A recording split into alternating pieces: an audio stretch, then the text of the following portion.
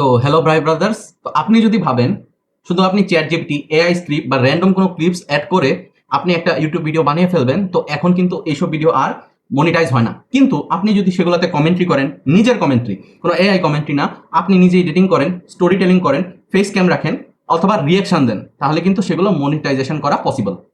তো YouTube officially বলছে যে রিয়েকশন ভিডিও, আমরা যারা রিয়েকশন ভিডিও বানাই, রিয়েকশন ভিডিও কিন্তু ইউটিউবে মনিটাইজ হয়। কিন্তু এটা একটা কন্টেন্ট, এরকম কন্টেন্ট যে ধরেন একটা মুভি, আপনি রিয়েকশন দিয়ে এই মুভিটাকে আরো নেক্সট লেভেলে নিয়ে গেছেন, কিন্তু আপনি এটা না যে আপনি শুধু ওয়াও ভালো লাগছে, আরে কি হয়েছে দেখেন রিয়েকশন দিচ্ছি, এরকম কোনো যদি আপনি ভিডিও ক্রিয়েট করেন তাহলে কিন্তু সেটা কখনোই ইউটিউবে মনিটাইজ হবে না।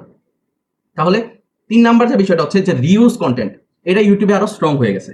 আপনি অন্য কোনো টিকটক থেকে কোনো ভিডিও ডাউনলোড করলেন, ফেসবুক থেকে ডাউনলোড করলেন, কোনো একটা ইউটিউবে মুভি ক্লিপ চালিয়ে দিলেন বা এনিমি ক্লিপ চালালেন, তাহলে কিন্তু কখনোই ওই চ্যানেলটা মনিটাইজেশনের আওতায় আসবে না।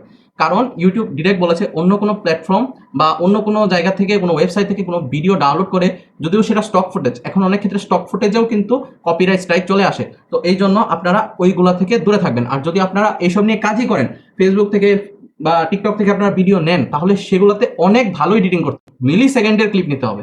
মিলি সেকেন্ডের ক্লিপ নিয়ে নিয়ে একটা নতুন ভিডিও যদি আপনি ক্রিয়েট করতে পারেন, তাহলে সেটা মনিটাইজ হলেও হতে পারে।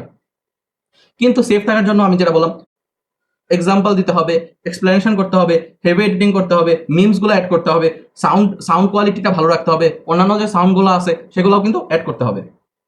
ফেসলেস চ্যানেল কি তাহলে এখন শেষ? এটা আমাদের একটা ভিউয়ার্সের কোয়েশ্চেন ছিল, বাট এটা কিন্তু না। ফেসলেস কন্টেন্ট আগেও ছিল, এখনো আছে, ইন ফিউচারও থাকবে। 2016 পর থেকে ইউটিউবে, আগে কিন্তু 2014 বা 12-13 সময় সব কন্টেন্টই ছিল ফেস যুক্ত কন্টেন্ট। এরপর 2018-19-এর পর থেকে শুরু হলো, 16-17 থেকে ফেসলেস কন্টেন্ট।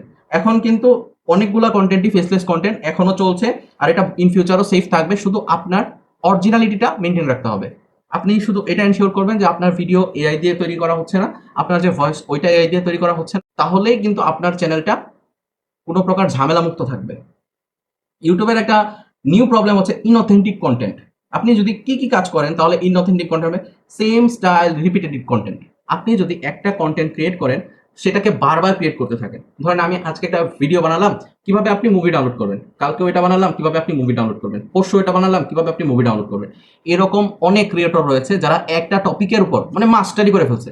একটা টপিক বারবার ক্রিয়েট করতে করতে ওই টপিকের মানে সার্চ করলে ওই চ্যানেল ছাড়া আর অন্য কোনো চ্যানেল আসে না। তো এই সব যদি কাজ করেন তাহলে এটা ইন অথেন্টিক কন্টেন্টের আওতায় মুক্ত হয়ে যাবে। তাহলে আপনি কখনোই ওই চ্যানেল থেকে কোনো প্রকার আর্নিং করতে পারবেন না। বা হচ্ছে ক্লোন চ্যানেল। ধরেন আমার মতো, আমি একটা চ্যানেল দেখলাম, আমার চ্যানেলটা দেখে খুব ভালো লাগলো, আমি একদম সেম টু সেম ওই চ্যানেলের কপি করা শুরু করছি। ধরেন এই চ্যানেল যা বানাচ্ছে আমিও ঠিক তাই বানাচ্ছি, সেম ব্যাকগ্রাউন্ড মিউজিক, তো যে same stock footage, same voice over, same script, তাহলে কিন্তু ওই সব চ্যানেলও ইন অথেন্টিক কন্টেন্টের আন্ডারে চলে আসবে।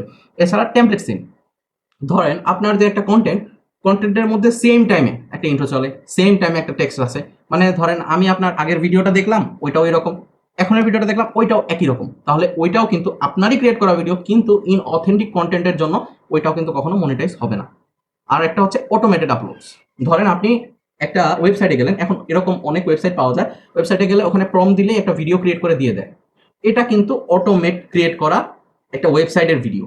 এটা কখনো ইউটিউব মনিটাইজ করবে না। ইউটিউব কোন কন্টেন্টগুলোকে মনিটাইজ করে? যেটা আপনাকে রিপ্রেজেন্ট করে, আপনার কন্টেন্টকে রিপ্রেজেন্ট করে, আপনার ভ্যালুকে রিপ্রেজেন্ট করে, সেই সব কন্টেন্টগুলো ইউটিউব কিন্তু মনিটাইজ করে। কিন্তু যদি আপনি এমন কোনো কন্টেন্ট বানান যেটা হচ্ছে এক ক্লিকে ক্রিয়েট হয়ে যাচ্ছে বা 1 সেকেন্ডে কেউ ক্রিয়েট করতে পারবে, ইউটিউব কিন্তু কখনো এইসব কন্টেন্টকে মনিটাইজের জন্য অ্যাপ্লিকেবল মনেই করে না। তো সেটা সবসময় রিজেক্ট হবে। আমার নিজেরও একটা চ্যানেল রিজেক্ট হয়েছে, আমি সেখানে মুভি কন্টেন্ট আপলোড করেছি। মুভিগুলো কন্টেন্ট যখন আপলোড করেছি, আমিও অনেকের কথা যে না মুভি কন্টেন্ট মনিটাইজ হয়, মুভি এরকম আপলোড করেছি, আমার ফার্স্ট দিনই ক্রাইটেরিয়া ফুল হয়ে গেছে। আমি 5-6 দিন ওয়েট করার পর যখনই আবেদন করেছি, কিন্তু এর আগে আমি অনেক ঘাটাঘাটি করেছি যে মুভি কন্টেন্ট কি আদৌ মনিটাইজ হয় কিনা, কিন্তু ঘাটাঘাটি করে দেখলাম যে মুভি কন্টেন্ট কখনোই মনিটাইজ হবে না। সো সেই জন্য আমি কিন্তু সেই চ্যানেলটা আবেদন করার পরে 7 দিন পরে রিপ্লাই আসছে যে মুভি কন্টেন্ট মনিটাইজ হয় না, ইনঅথেন্টিক কন্টেন্ট, সরি রিইউজ কন্টেন্ট ওখানে চলে আসছে। সো ইউটিউব কিন্তু আগের থেকে অনেক বেশি এখন সিকিউর একটা প্ল্যাটফর্ম। আপনারা যারা যে reuse content, inauthentic content, USA content এগুলো নিয়ে কাজ করতেছেন, ভাই একটু সাবধানে কাজ করবেন, না হলে কিন্তু চ্যানেল একদম ডিলিট হয়ে যেতে পারে। আর ডিলিট যদি না হয়, মনিটাইজেশনের জন্য অ্যাপ্লাই করবেন, ইনঅথেন্টিক কন্টেন্ট চলে আসবে। সো দেখা হবে ফ্রেশ কোনো নিউ ভিডিওতে। আসসালামু আলাইকুম।